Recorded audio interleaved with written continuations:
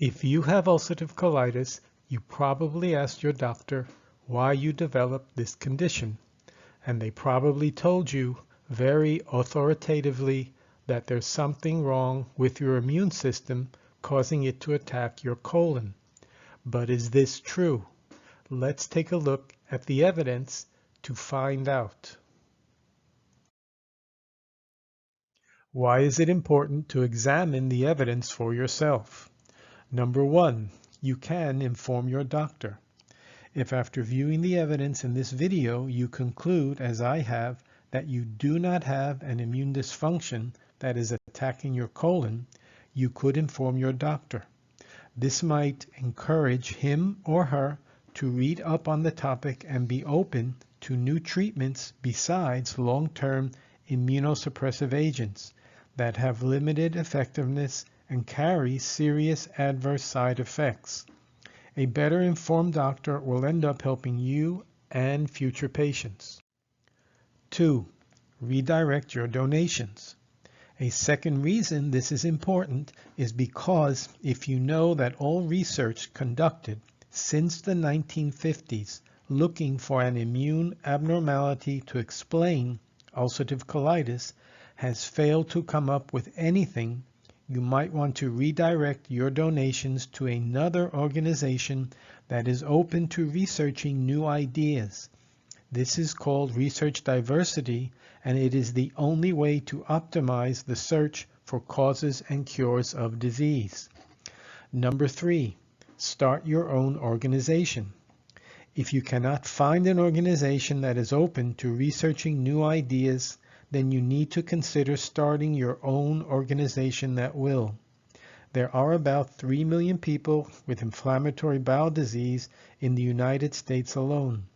If all individuals with inflammatory bowel disease redirect their donations to a new organization that is funded and run by people with inflammatory bowel disease who are committed to research diversity, you can significantly increase your chances of finding causes and cures for these conditions.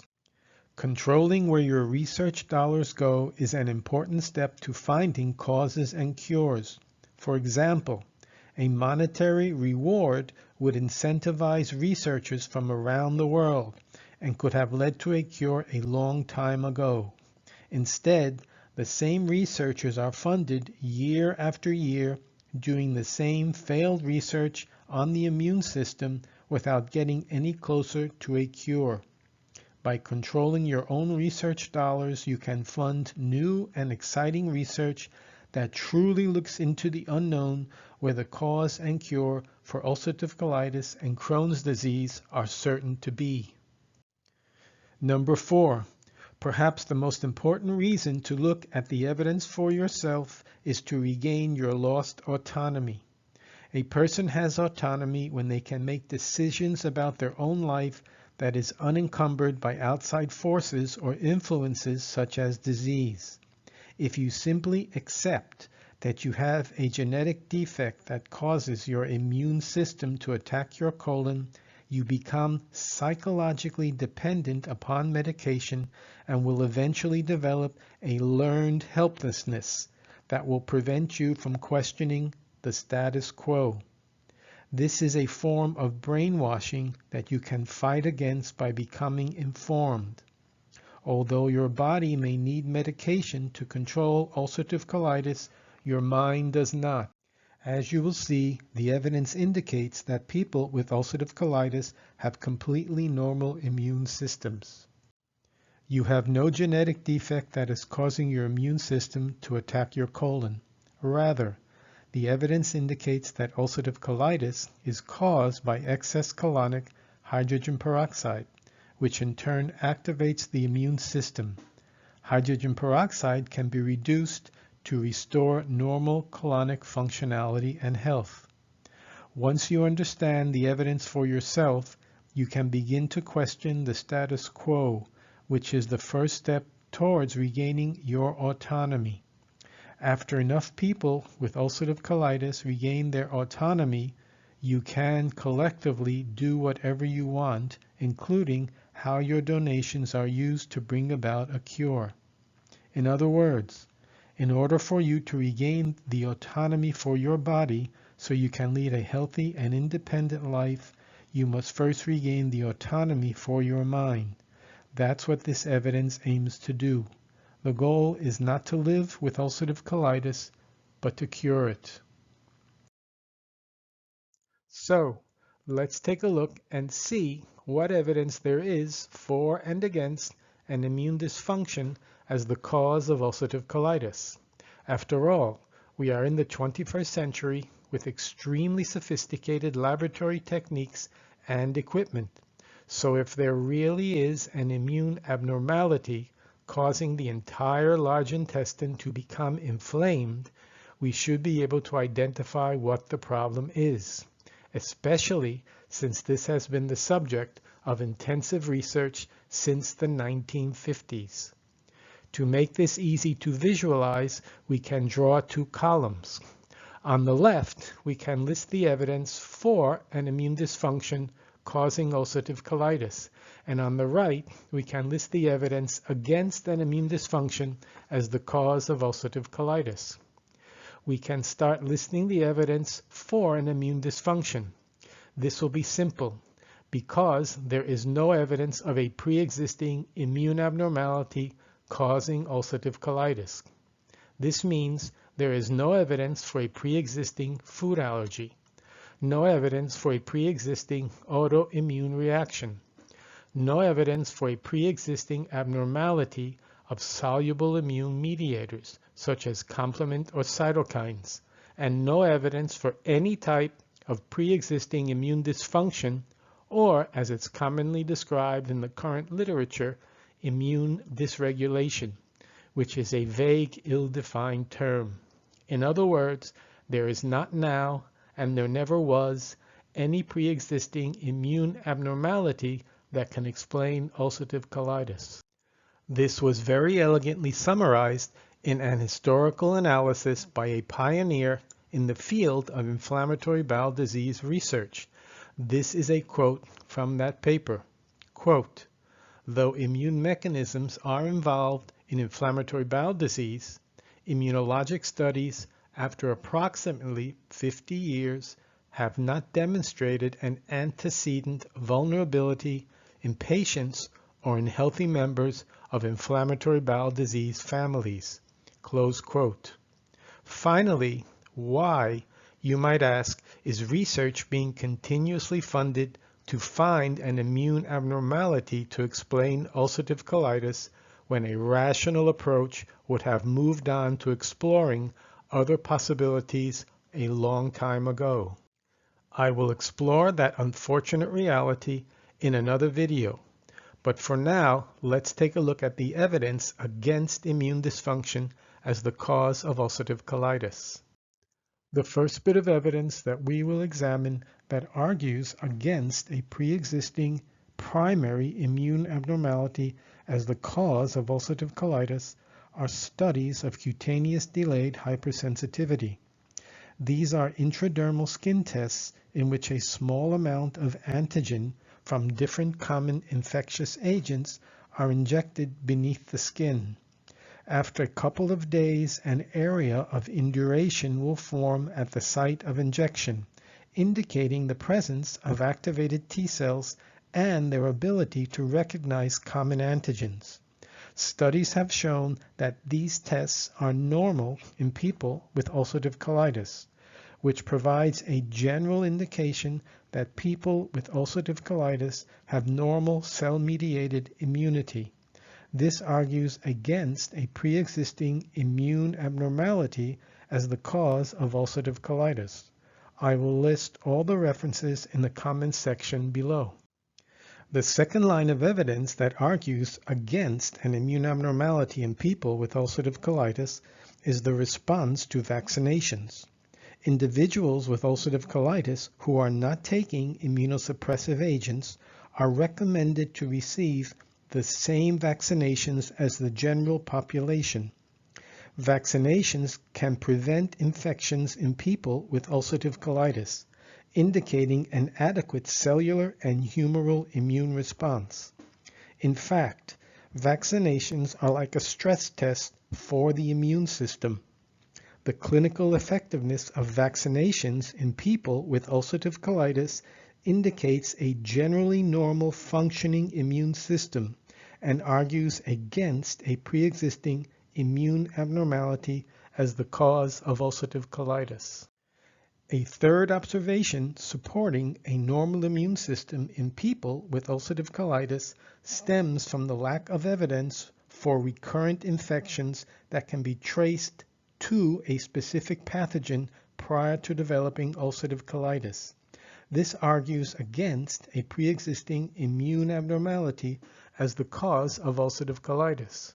I should clarify that people who develop certain intestinal infections have a higher risk of developing ulcerative colitis, and people with ulcerative colitis have a higher incidence of developing an infection. In neither case does this indicate a primary pre-existing immune abnormality that causes ulcerative colitis. The higher incidence of ulcerative colitis after an intestinal infection is due to the colonic epithelial oxidative stress caused by the infection, and the increased incidence of infections in people with ulcerative colitis is caused by the immunosuppressive effect of the chronic disease itself. A fourth argument against an immune dysfunction is the observation that completely unrelated therapeutic interventions can induce remission in people with ulcerative colitis. The list includes 5-amino-salicylic acid, which is also known as Mesalamine, low-dose Naltrexone, cigarette smoking, and nicotine can all induce remission. I am not aware of any common mechanism whereby these interventions can reverse any immune abnormality. A fifth line of evidence is the observation that a high-fat, low-fiber diet predisposes to ulcerative colitis. There is no evidence for an immune abnormality leading to ulcerative colitis that arises from this type of diet. This argues against a pre-existing immune abnormality or dysregulation as the cause of ulcerative colitis. A sixth and very important argument against an immune attack on the colon is the fact that the inflammation starts in the rectum and proceeds proximally, whereas an immune attack should affect the entire large intestine at once. Additionally, the inflammation typically extends and regresses in a contiguous fashion over time to affect a greater or lesser portion of the large intestine.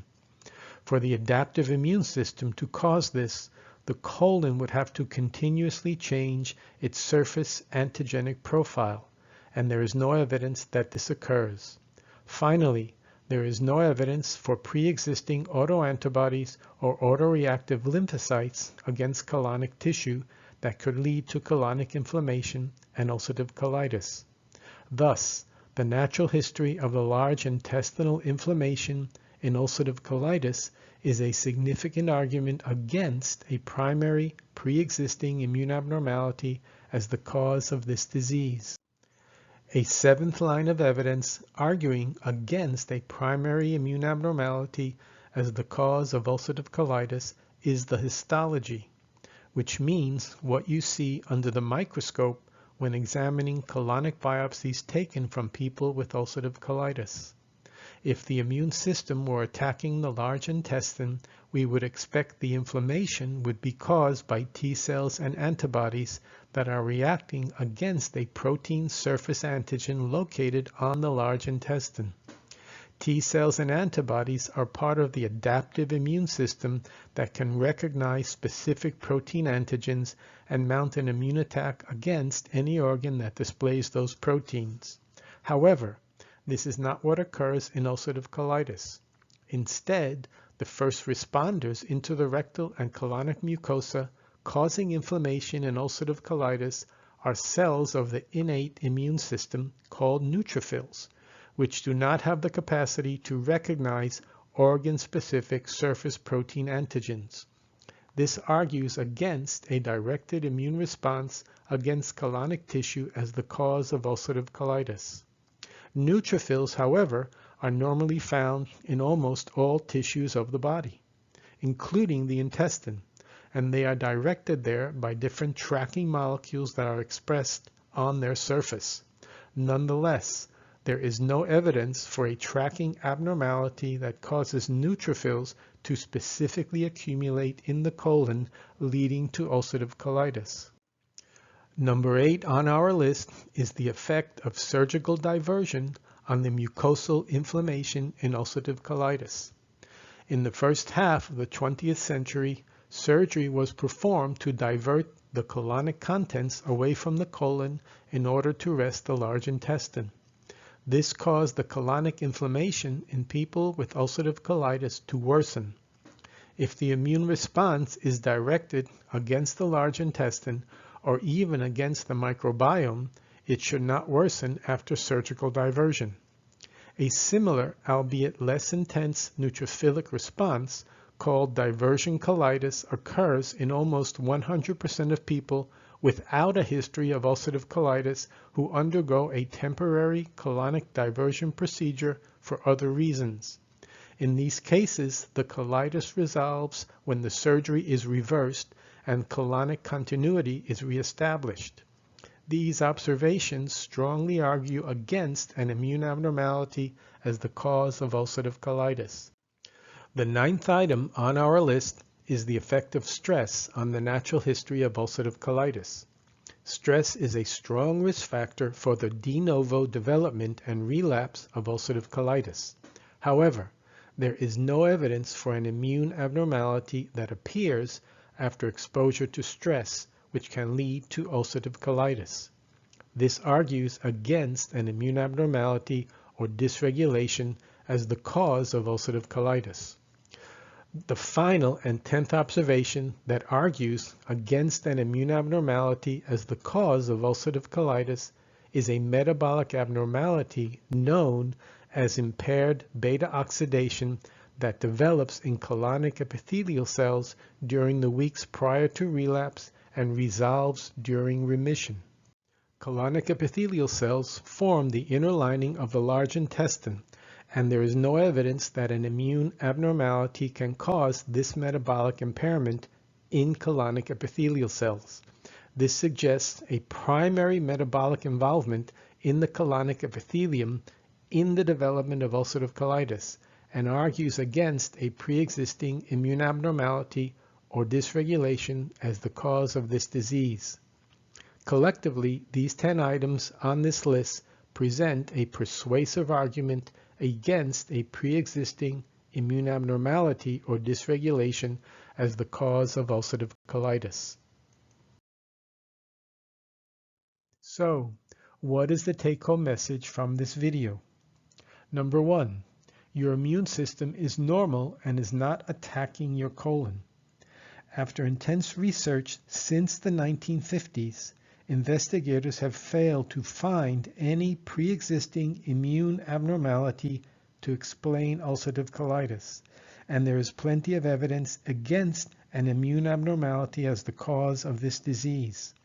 People with ulcerative colitis have normal immune-mediated delayed skin tests. They have normal responses to vaccinations, and there is no history of recurrent infections. People with ulcerative colitis can achieve remission with very different types of treatments, none of which is known to reverse immune dysfunction, and a Western-type diet, which is not known to cause immune dysfunction, can increase your risk of developing ulcerative colitis. Additionally, the distribution of colonic inflammation in ulcerative colitis and the histological profile cannot be explained by any known immune dysfunction, immune dysregulation, or autoimmunity, and why the colonic inflammation worsens after surgical diversion of the colon cannot be explained by a pre-existing immunological dysfunction. The same applies to the increased risk of relapse and developing ulcerative colitis after stress. Finally, there is no immune mechanism that can account for the colonic epithelial cell metabolic abnormality called impaired beta oxidation that appears in the weeks prior to relapse and resolves after remission. Remember, this metabolic abnormality is not just inside colonic epithelial cells, but is inside the mitochondria that are inside colonic epithelial cells.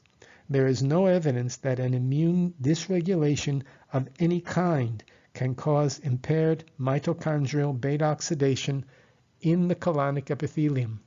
So, the logical conclusion is that the immune system in people with ulcerative colitis is completely normal, and the cause of this disease is a metabolic disturbance originating inside the colonic epithelial cell itself.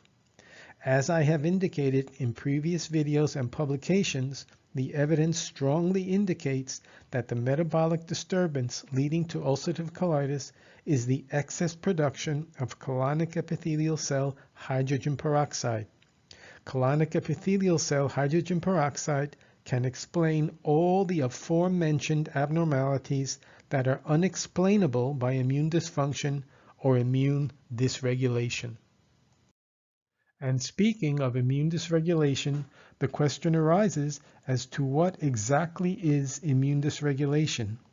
It's important to address this because researchers feel that immune dysregulation causes ulcerative colitis, so we need to know what it means.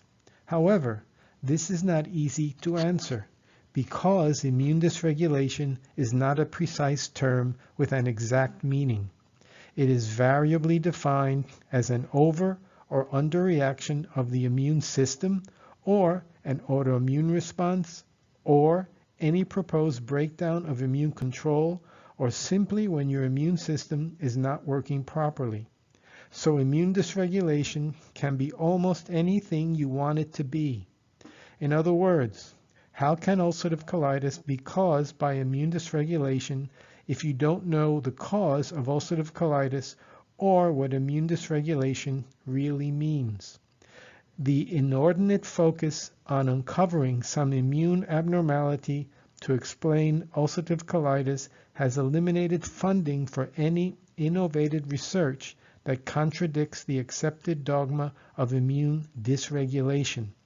The consequences of this singular focus on the immune system to the exclusion of other possible causes has been a modern-day tragedy for people with ulcerative colitis and is a major reason why the prevalence of ulcerative colitis continues to increase. The final question we need to ask, based on what we now know, is the following. Is research to find a primary immune mechanism as the cause of ulcerative colitis justified or even valid? Considering that the search for an immune abnormality to explain ulcerative colitis has been a continuous failure since the mid-20th century, in addition to the many other valid reasons that argue against an immune dysregulation as the cause of ulcerative colitis, along with experimental evidence indicating that colonic epithelial hydrogen peroxide is the cause of this disease and can be therapeutically targeted to obtain normal colonic functionality and long-lasting remission, leads me to conclude that continued research into immune mechanisms looking for the cause of ulcerative colitis is a waste of time with zero probability of finding the cause and cure for this disease. It is not only a waste of time, but also a waste of scarce donor money that could be used to inquire about other potential mechanisms of ulcerative colitis with a greater probability of success. Thus, researching immune-based mechanisms of ulcerative colitis is neither justified nor valid research, and just prolongs the suffering of people with ulcerative colitis and increases the probability of ending up with a colectomy, and is therefore highly unethical.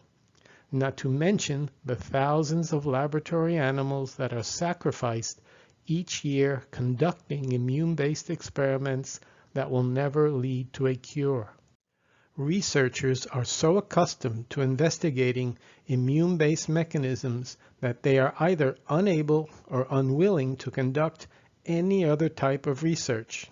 For this reason, immune-based research into the cause of ulcerative colitis has degenerated into streetlight research and is the principal reason this line of research has failed to find the cause or cure for ulcerative colitis and is unlikely to ever succeed in doing so.